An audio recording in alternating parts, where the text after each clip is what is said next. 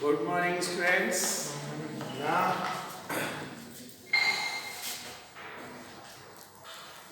today 7th November, right? Yes, sir.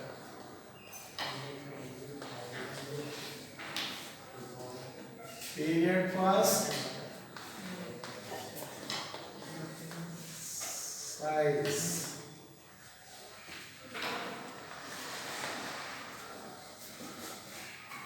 As you know that explanation of chapter number first, chemical reaction and chemical equation is going on. Okay? And I have explained the topic redox reaction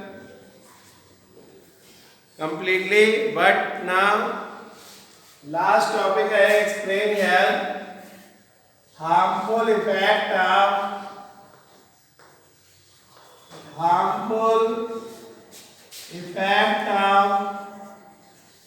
oxidation.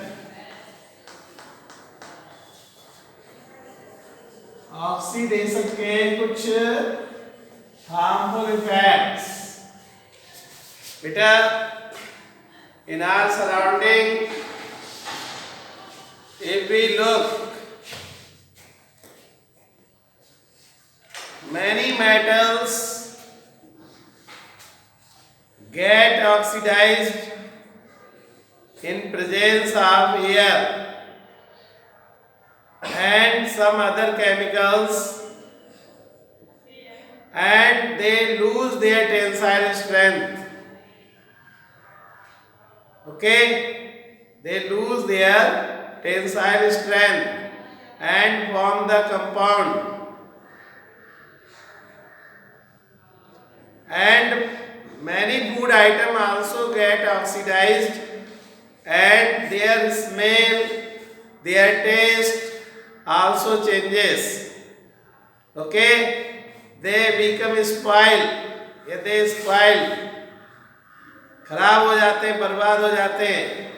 काफी महंगे food item होते हैं और वो oxidation की वजह से spoil हो जाते हैं, उनकी स्मेल चेंज हो जाती है और वो किसी तरीके से यूज लायक नहीं रहते हैं. तो ऐसे ही हम कुछ हार्मफुल इफेक्ट ऑक्सीडेशन के स्टडी करेंगे. जैसे फर्स्ट हार्मफुल इफेक्ट है corrosion.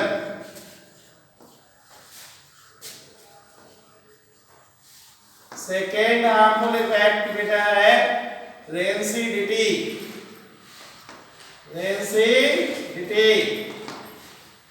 Now first is corrosion. Corrosion क्या है स्टूडेंट? कोरोजन का मीन्स है कि किसी मेटल का ऑक्सीडेशन होना और वो मेटल अपनी प्रॉपर्टीज को क्या कर देगा? लूज कर देगा. अब वो डल हो जाएंगे या फिर उनकी टेंसाइल स्ट्रेंथ लूज हो जाएगी. ठीक है, तो ऑक्सीडेशन की वजह से अगर किसी मेटल की टेंसाइल स्ट्रेंथ या उसकी लस्टर ये अगर वो लूज कर देता है, ठीक है, तो ये टेंडेंसी या ये प्रोसेस कहलाएगा क्या? कोरोजन. क्लियर? या ऐसे भी कह सकते हैं when metal react with air and it form the oxides. Okay, form the oxides या hydroxide या carbonates. Okay, and they lose their tensile strength and luster. Clear? Then this process known as the corrosion. In simple words में कहें तो okay. और बहुत से books में आपकी डेफिनेशन ये भी लिखी होती है कि मेटल को ईटन अप कर दिया जाता है बाय ऑक्सीडेशन. ओके, अगर किसी मेटल का ऑक्सीडेशन हो जाए तो उसकी सरफेस जो है वो कोरोड हो जाती है, ईटन अप हो जाती है, डैमेज हो जाती है, टेंसाइल स्ट्रेंथ खत्म हो जाती है. ठीक है, तो ये भी प्रोसेस कहलाएगा कोरोजन. ओके, तो कोरोजन में क्या होगा? Strength oxidation of metal. Oxidation of metals. Metals का ऑक्सीडेशन होता है एंड अब किसके प्रेजेंस में होगा बेटा? In presence of moist air. Moist air. Okay. Moist air या salts या acids इनकी प्रेजेंस में हो सकता है. क्लियर? is called corrosion. इसी को corrosion भी कहा जाता है. जैसे एग्जाम्पल है rusting of iron. Rusting of iron in air. Air में आयरन का rusting. So students look here. जैसे आयरन है Fe, react with O2 and water vapor या water molecules. Okay. Fe react करेगा जब ऑक्सीजन और वाटर मॉलिक्यूल से तो बनाएगा बेटा Fe2O dot SH2O. ओके. यहाँ पे 2Fe2O3.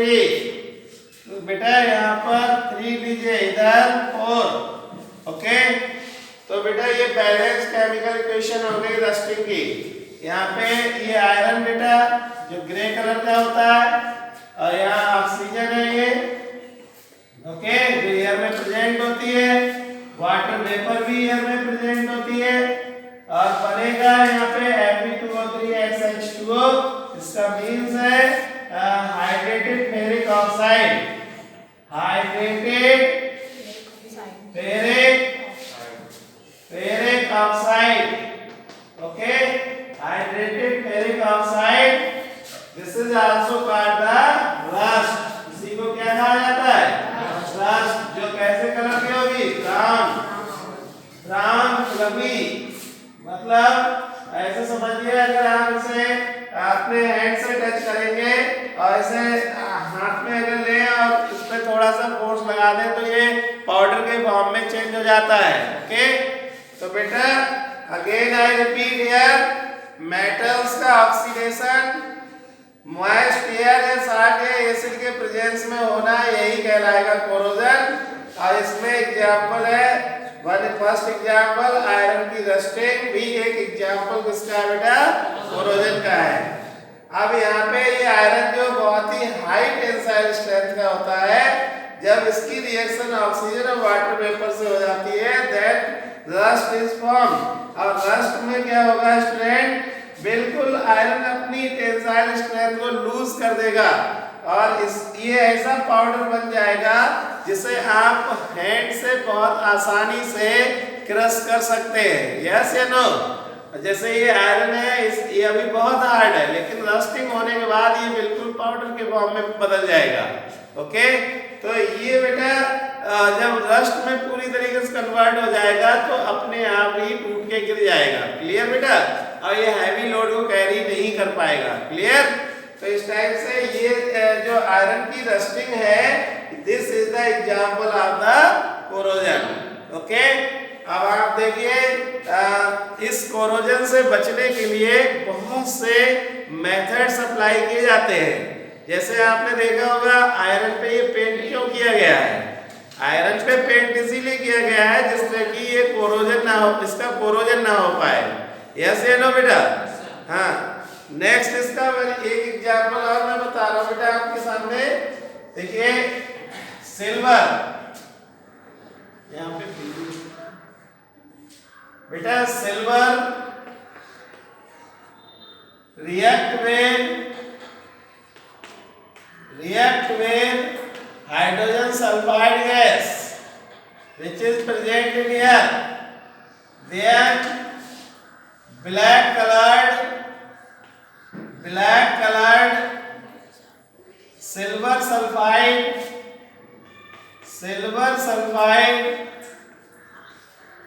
and hydrogen gas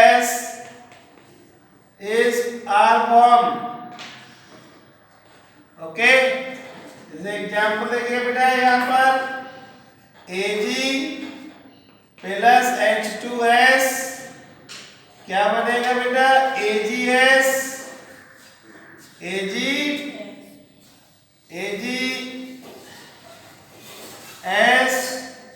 और प्लस में यहाँ पे बन जाएगी हाइड्रोजन गैस। ओके, तो यहाँ पर जो सिल्वर है स्टूडेंट, जो सिल्वरी कलर का होता है और इसमें एक्स्ट्रा ऑर्डिनरी लस्टर होती है, जैसे ही हाइड्रोजन सल्फाइड से रिएक्शन करेगा और सिल्वर सल्फाइड का फॉर्मेशन होगा, ओके, और हाइड्रोजन गैस का फॉर्मेशन होगा, तो ये सिल्वर सल्फाइड जो बनेगा स्टूडेंट ये ब्लैक कलर का होगा। ओके, इसीलिए आपने देखा होगा कि जो ज्वेलरी लेडीज पहनती है वो कुछ देर के बाद ब्लैक दिखने लगती है, सिल्वर की ज्वेलरी। तो वो रीजन क्या है कि हाइड्रोजन सल्फाइड जो है सिल्वर से रिएक्शन करने के बाद ब्लैक कलर्ड सिल्वर सल्फाइड का फॉर्मेशन कर देती है, जिसकी वजह से सिल्वर जो है वो ब्लैक कलर का दिखने लगता है। ओके, तो ये भी एक क्या है? कोरोजन है। किसका कोरोजन है? सिल्वर का। ओके, जिससे उस सिल्वर ने अपनी क्या लूज कर दी? लस्टर। क्लियर? ओके, तो this is the second example of the corrosion. Now third example, copper का भी कोरोजन हो जाता है। जो कॉपर के यूटेंसिल्स होते हैं, बर्तन होते हैं, उन पे आपने ग्रीन कलर के पैचेस देखे होंगे। ओके, ग्रीन कलर का कॉपर हो जाता है, जबकि वो रेड इस कलर का होता है। ओके, तो कॉपर पे ऐसा क्या होता है? देखिए, copper, carbon dioxide, okay, H2O,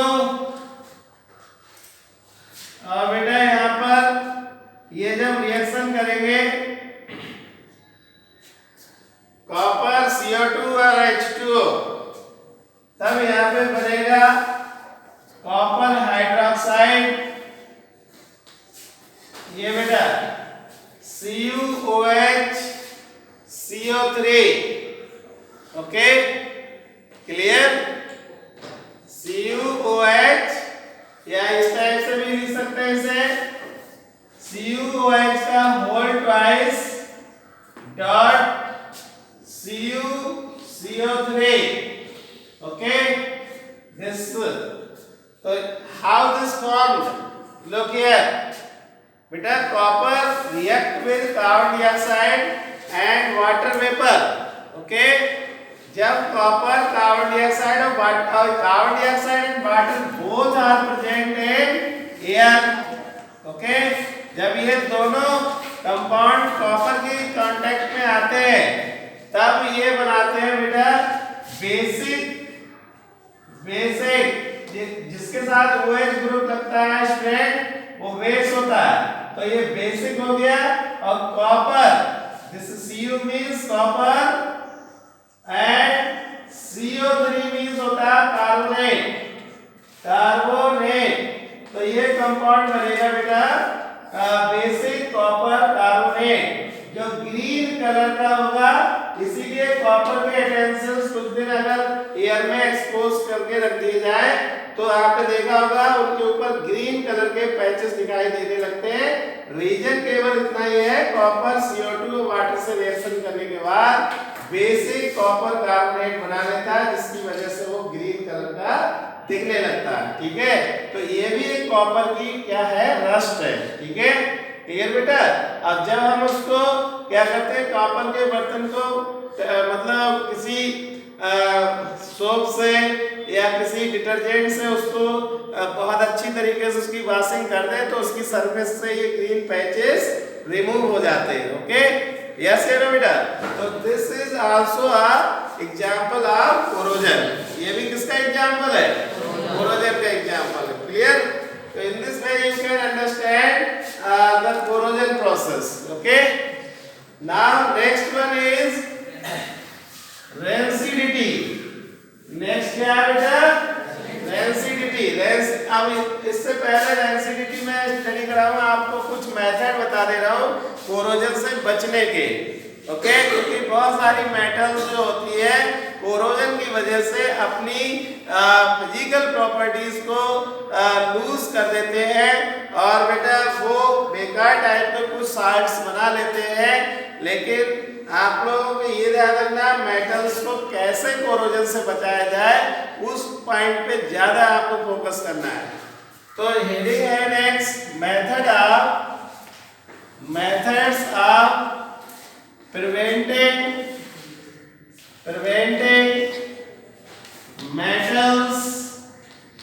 preventing metals from corrosion। Corrosion से मेटल्स को कैसे बचाया जाए, इसके कुछ मेथड्स। वो मेथड क्या क्या है स्टूडेंट?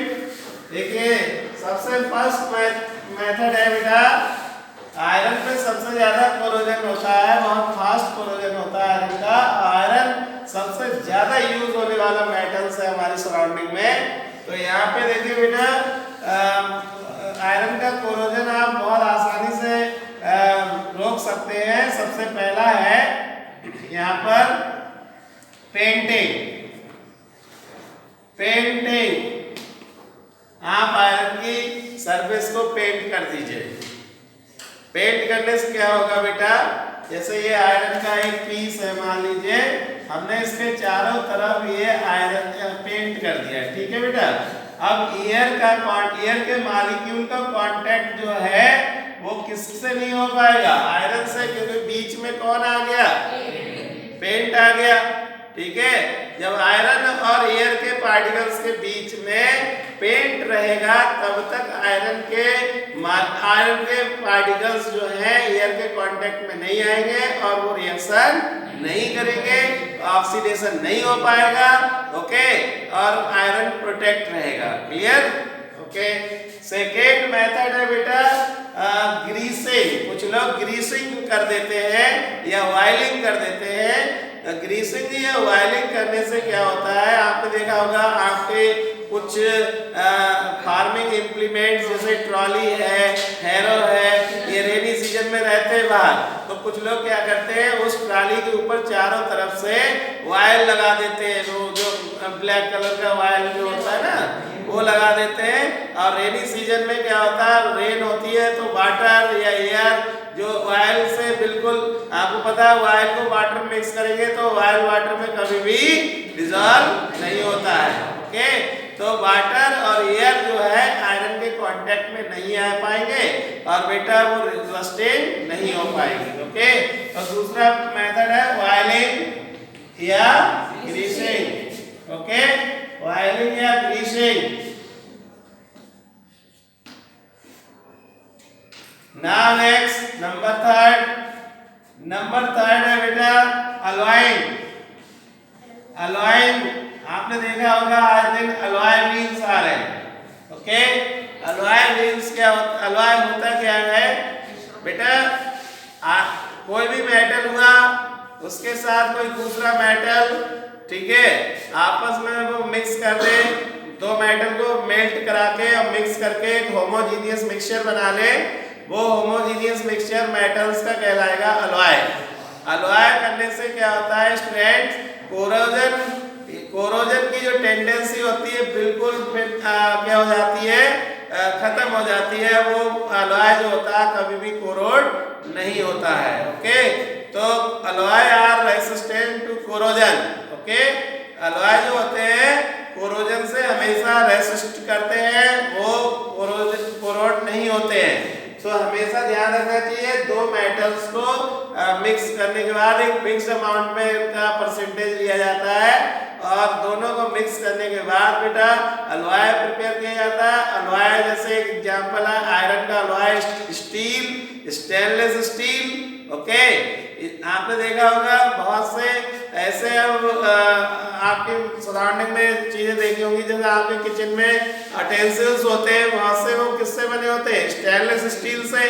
अब आपने देखा होगा हमेशा उनके ऊपर वाटर वगैरह सब एयर रहती है लेकिन वो कभी भी कोरोड नहीं होते, ओके। ये इसका बेनिफिट है। तो मेटल्स को क्या करना चाहिए, मिक्स करने के बाद हलवाई प्रिपेयर करना चाहिए। हलवाई करने से क्या होगा बेटा, कोरोजन से मेटल हमेशा प्रिवेंट रहेंगी। नंबर 4 है गैल्वेनाइजेशन। Galvanisation, okay. अब ये गैल्वेनाइजेशन क्या है स्टूडेंट्स? गैल्वेनाइजेशन का मीन्स है कि बेटा दो जैसे आपने एक आयरन मेटल ले लिया, उसके ऊपर आपने जिंक मेटल का पेंट कर दिया। क्या कर दिया बेटा? Paint, okay.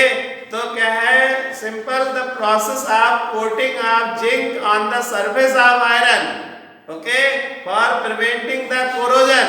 कोरोजन से बचाने के लिए आपने क्या किया, आयरन की सरफेस पे किसकी कोटिंग कर दी? जिंक की। तो that process known as the galvanization. अब होगा क्या, जो बेटा ऑक्सीजन के पार्टिकल्स है वो किससे रिएक्शन करेंगे? जिंक से। और जिंक जल्दी ऑक्सीजन से रिएक्शन नहीं करता इजीली, ओके। क्लियर है ना बेटा? तो ये इस टाइप से देखिए, जैसे ये आयरन का पीस है, इसके ऊपर मैंने जिंक की कोटिंग कर दी है, ठीक। अब क्या हुआ बेटा, इस आयरन के ऊपर तो सरफेस पे कौन है? जिंक प्रेजेंट है, क्लियर। अब एयर के पार्टिकल किसके कांटेक्ट में आएंगे? जिंक के, ना कि आयरन के। और आयरन से एयर के पार्टिकल्स दूर रहेंगे और कभी भी आयरन जो है वो कोरोडेड नहीं होगा, ओके। तो गैल्वेनाइजेशन में क्या होगा, कोटिंग की जाएगी जिंक की किसकी सरफेस पे? आयरन की सरफेस पर, ठीक है। Now this is the fourth method of the preventing metals from corrosion. Now next is electroplating. Fifth is electroplating.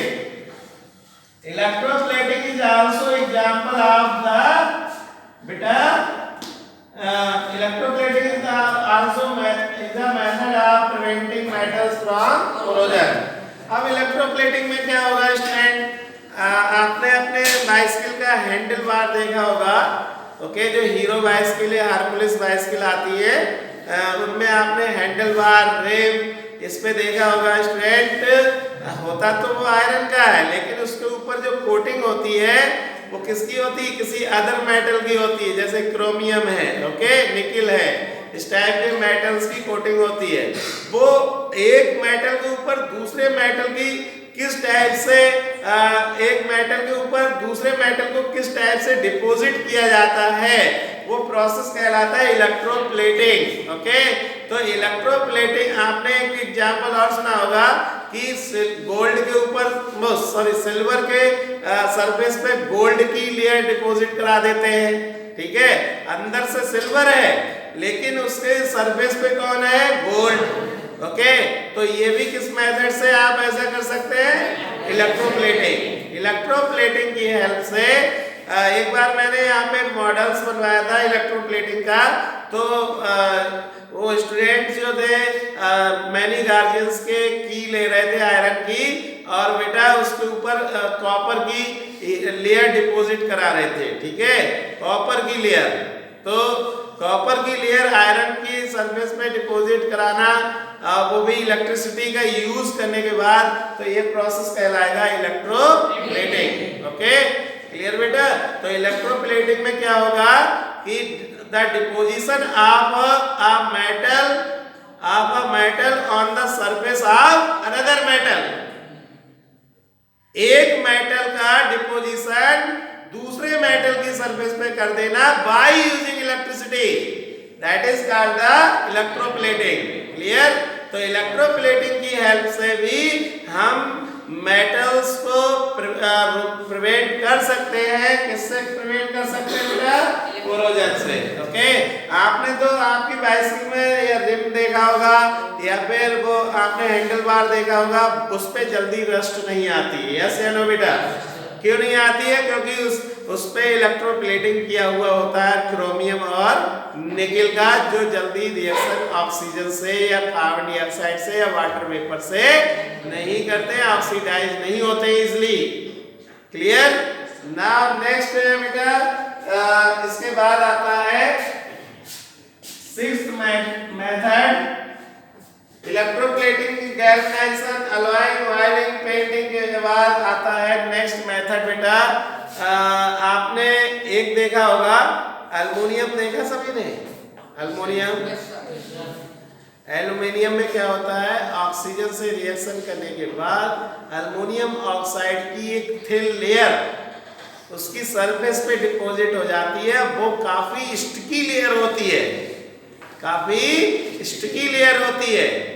Okay, काफी स्टिकी लेयर होती है और ये इतनी स्टिकी लेयर होती है कि अंदर जो प्रेजेंट है एल्युमिनियम, जैसे मान लीजिए ये एल्युमिनियम की एक बेटा कोई रॉड है, इसकी सरफेस पे एल्युमिनियम ऑक्साइड की लेयर जो है, एल्युमिनियम ऑक्सीजन से रिएक्शन करने के बाद एल्युमिनियम ऑक्साइड की एक बहुत ही थिन फिल्म बना लेता है जो काफी स्टिकी होती है, इसमें चिपक जाती है और अंदर के एल्युमिनियम को ऑक्सीजन से रिएक्शन होने से प्रोटेक्ट कर लेती है। और ये प्रोसेस कहलाता है एनोडाइजिंग। क्या कहलाता है? एनोडाइजिंग। ओके, तो एल्युमिनियम के आपने देखा होगा आज दिन बहुत से ये विंडो पैड है, ठीक है, और बहुत से लोग विंडो भी है या डोर है, ये किसके बनवाते हैं? आयरन के। आपने एरोप्लेन भी देखा होगा, उसमें आयरन का बहुत ज्यादा, वो एल्युमिनियम का बहुत ज्यादा इस्तेमाल होता है। इसी टाइप से और भी मेटल्स हैं, ठीक है। तो ये एल्युमिनियम जो होता है बेटा, ऑक्सीजन से रिएक्शन करने के बाद अपनी सरफेस पे ही एल्युमिनियम ऑक्साइड की लेयर बना लेता है और ये लेयर इतनी ज्यादा स्टिकी होती है कि जल्दी छूटती नहीं है, उससे रिमूव नहीं होती है और अपने अंदर के एल्युमिनियम एटम्स को कोरोजन से प्रिवेंट कर लेती है। ये प्रोसेस कहलाता है एनोडाइजिंग। क्या कहलाता है? ओके, तो these are the methods of beta preventing metals from the corrosion. In this way you can understand what is corrosion, what are the example of corrosion, how can you prevent metals from the